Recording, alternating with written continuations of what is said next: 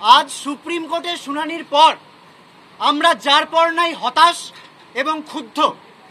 অভয়ার ভয়াবহ ধর্ষণ ও হত্যার ঘটনায় যে তদন্তের ভার সিবিআই নিয়েছিল আমরা দেখতে পেলাম তাতে কোনো রকম অগ্রগতি হয়নি।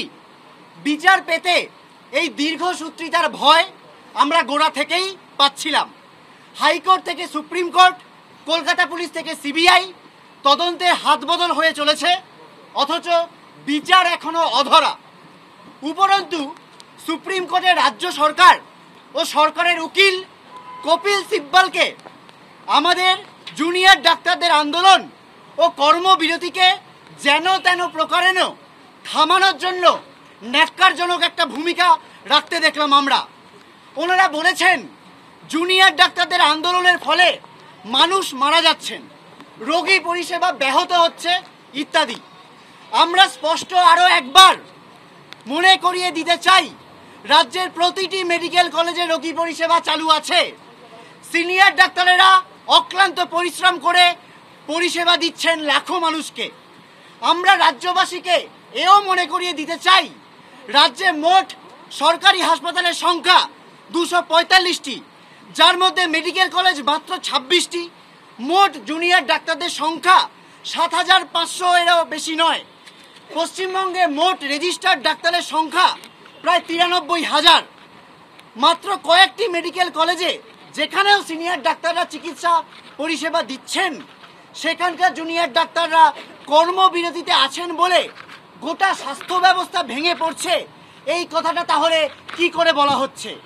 অর্থাৎ সরকার মিথ্যে কথা বলছে, সুপ্রিম কোর্টে মিথ্যে বক্তব্য রাখা হচ্ছে। আমরা মনে করছি এটা আমাদের আন্দোলনকে কালিমা লিপ্ত করে আন্দোলনের প্রতি মানুষের যে বিপুল জনসমর্থন তাকে বিপথে চালিত করার এক নক্কারজনক প্রচেষ্টা। আমরা সরকারি কৌশলী কপিল সিব্বল এবং স্বাস্থ্য দপ্তর তথা স্বাস্থ্যমন্ত্রীকে ধিক্কার জানাচ্ছি সুপ্রিম কোর্টকেও বিপথে চালিত করার এই ভিন্ন প্রচেষ্টার জন্য। আমরা সরকার তথা সুপ্রিম কোর্টকে মনে করিয়ে দিতে চাই, কেবল জুনিয়র ডাক্তাররা গোটা স্বাস্থ্য ব্যবস্থার মূল স্তম্ভ নন, তারা শিক্ষানবিশ মাত্র। আর যদি সরকারি পরিসংখ্যানগুলিকেও আমরা সত্যি বলে মেনে নিই, যদি কেবল জুনিয়র ডাক্তারদের কর্মবিরতির ফলেই স্বাস্থ্য ব্যবস্থা ভেঙে পড়ে, তা আসলে রাজ্যের সরকারি হাসপাতালগুলিতে যথেষ্ট সংখ্যক সিনিয়র ডাক্তার, নার্স, স্বাস্থ্যকর্মীর অভাব, সর্বোপরি স্বাস্থ্য ব্যবস্থার পরিকাঠামোগত বেহাল দশাকেই স্পষ্ট করে তোলে। এর দায় স্বাস্থ্য দপ্তর এবং স্বাস্থ্যমন্ত্রী এড়াতে পারেন না। আমরা আরও দেখলাম গত 27শে আগস্টের একটি রাজনৈতিক কর্মসূচিতে হওয়া হিংসাত্মক কার্যকলাপের দায়ও কপিল সিব্বল ও রাজ্য সরকার আমাদের কাঁধে চাপালেন। আমরা স্পষ্ট মনে করিয়ে দিতে চাই, আমরা 26শে আগস্টেই স্পষ্ট করেছিলাম উক্ত রাজনৈতিক কর্মসূচিটির সাথে আমাদের কোনো সম্পর্ক নেই। আমরা এ ধরনের কোনো হিংসাত্মক ও রাজনৈতিক উদ্দেশ্য প্রণোদিত কর্মসূচিকে কখনো সমর্থন করিনি, ভবিষ্যতেও করব না। কিন্তু যেভাবে সরকার তথা তাদের আইনজীবী সুপ্রিম কোর্টে এই মিথ্যাচারটি করলেন, তারও আমরা তীব্র বিরোধিতা করছি এবং ধিক্কার জানাচ্ছি।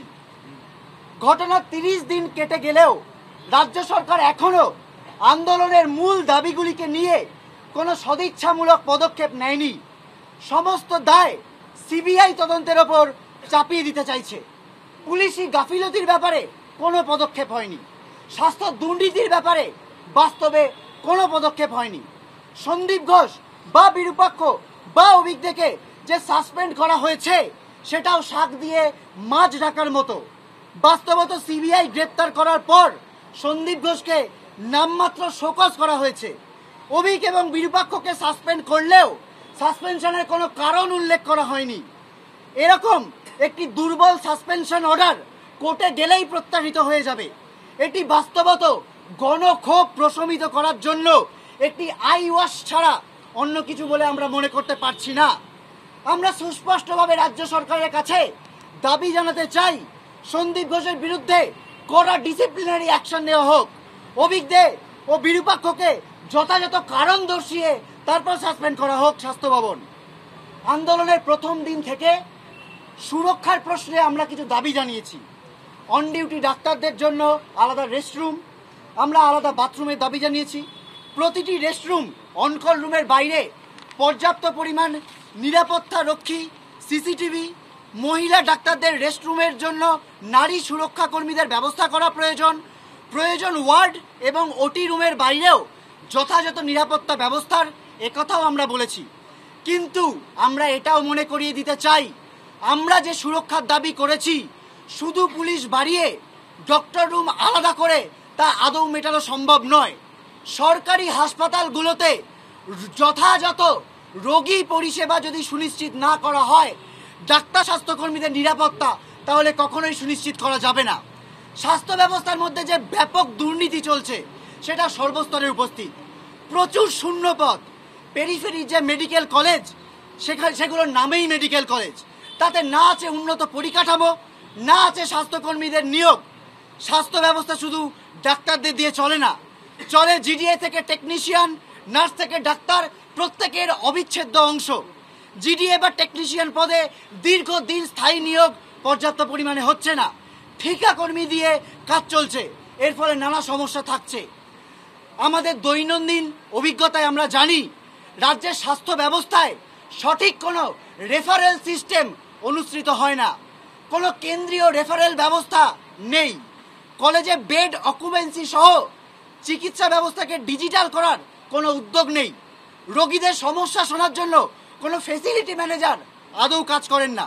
সাধারণ মানুষ ছেড়েই দিলাম, যারা মেডিকেল কলেজকে রোগীদের রেফার করেন তাদের কাছেও কোনো তথ্য থাকে না যিনি রেফার্ড হচ্ছেন তিনি আদৌ চিকিৎসা পাবেন কি পাবেন না।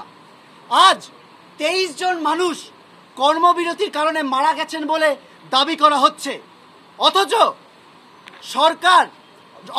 যথাযথ রেফারেল সিস্টেমের অভাবে কতজন রোগীকে রোজ হয়রানি হতে হচ্ছে, কতজন রোগীর মৃত্যু হচ্ছে চিকিৎসা না পেয়ে, তার কোনো তথ্য সরকার দেয় না। আদৌ তারা এটা নিয়ে ভাবিত নয় বলেই মনে হচ্ছে।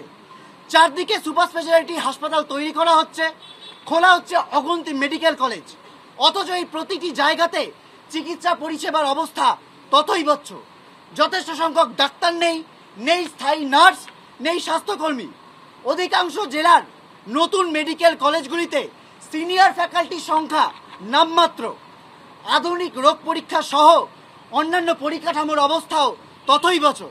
আমরা মনে করিয়ে দিতে চাই, কেবল গাল ভরা নাম ও বড় বড় ভবন তৈরি করলেই স্বাস্থ্য পরিষেবা সুনিশ্চিত করা যায় না। তার জন্য প্রয়োজন হয় যথার্থ স্বাস্থ্য নীতি, প্রয়োজন হয় যথাযথ কর্মী নিয়োগের তথা সরকারি পরিষেবা, রোগী পরিষেবা দিতে সরকারি সদিচ্ছার।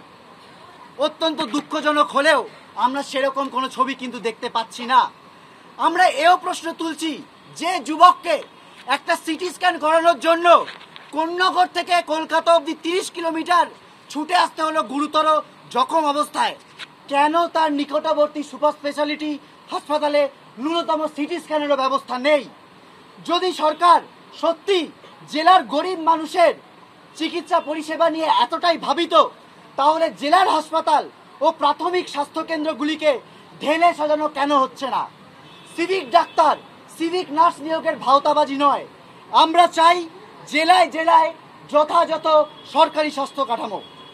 এই পুরো পর্যায়ে স্বাস্থ্য ভবন ক্রমাগত নক্কারজনক ভূমিকা নিতে গেছে। আমাদের কাছে আজ এটা স্পষ্ট যে দুষ্ট চক্রটি এতদিন রাজ্যের স্বাস্থ্য ব্যবস্থায় ছড়ি ঘোরাচ্ছিল, পাহাড় প্রমাণ দুর্নীতি, কলেজে কলেজে থ্রেটের রাজনীতি চালাচ্ছিল, এর দায় স্বাস্থ্য দপ্তরের উচ্চ পদস্থ কর্তারা এড়াতে পারেন না। উপরন্তু এও আমাদের কাছে প্রকাশিত হয়েছে যে সেমিনার রুম সংলগ্ন ঘরগুলিকে ভাঙার অর্ডারেও সই করেছিলেন স্বাস্থ্য সচিব, ডিএমই এবং ডিএইচএস। আমরা তাই স্বাস্থ্য সচিব, ডিএমই এবং ডিএইচএস এর অপসারণের দাবি করছি এদেরও সিবিআই তদন্তের আওতায় আনার। স্বাস্থ্য ভবনের এই পাহাড় প্রমাণ দুর্নীতি নিয়ে স্বাস্থ্যমন্ত্রীর কি বক্তব্য আমরা তাও জানতে চাই। এখনো পর্যন্ত এ ব্যাপারে তার কোনো বক্তব্য কিন্তু আমরা পাইনি। কেন পাইনি তাও জানতে চাই।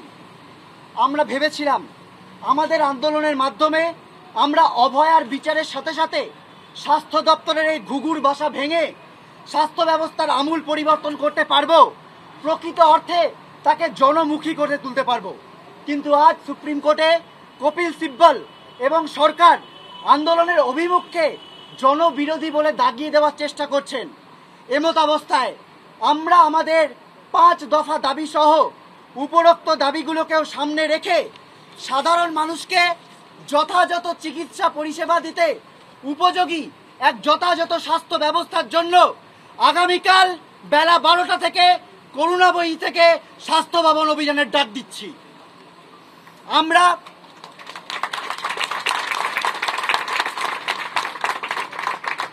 আমরা মাননীয় মুখ্যমন্ত্রীর প্রেস বিবৃতি থেকে জানতে পারলাম সিপি নাকি তার কাছে পদত্যাগপত্র জমা দিতে এসেছিলেন। তিনি নিজে দায় স্বীকার করেছেন তদন্তের গাফিলতি। তারপরেও কেন তার পদত্যাগপত্র জমা নেওয়া হয়নি? পুলিশের কাজ কি শুধুই ভিড় নিয়ন্ত্রণ করা? এদের ভরসাতেই কি মেয়েরা কাজ করতে যাবেন? অবিলম্বে তাকে কাজ থেকে অব্যাহতি দিতে হবে।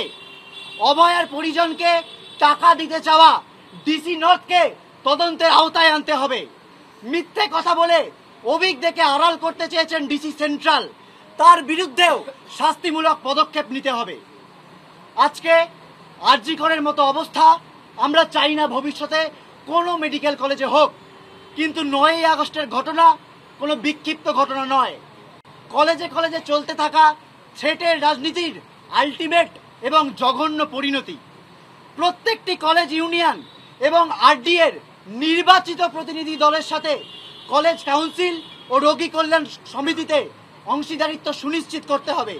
এর জন্য প্রত্যেকটি কলেজে সুস্থ ও গণতান্ত্রিকভাবে ছাত্রছাত্রী ও জুনিয়র ডাক্তারদের মধ্যে নির্বাচন করা সরকার।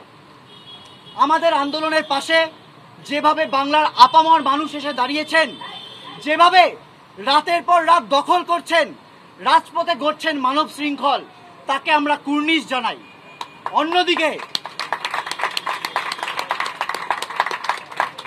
অন্যদিকে যেভাবে নৈহাটি থেকে বারাসাত, মাথাভাঙা থেকে কাঁচরাপাড়া সাধারণ মানুষের ওপর শাসকের গুন্ডা বাহিনী ও উর্দিধারী পুলিশের আক্রমণ নেমে এসেছে, তাকে আমরা তীব্র ধিক্কার জানাই।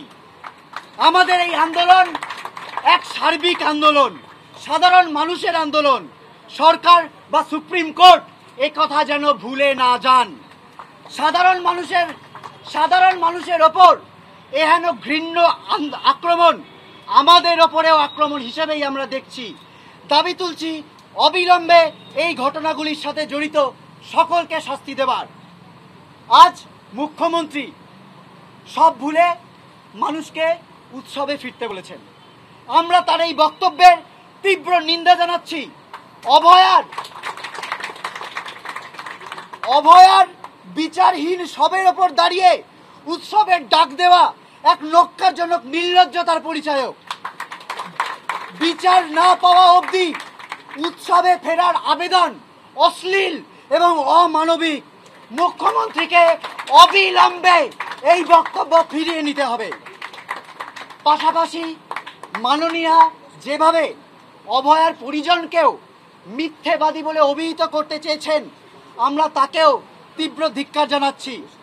মৃতার মা বাবা ও মেয়ের ন্যায় বিচারের দাবি, আন্দোলনের দায়িত্ব আমাদের হাতে তুলে দিয়ে গেছেন।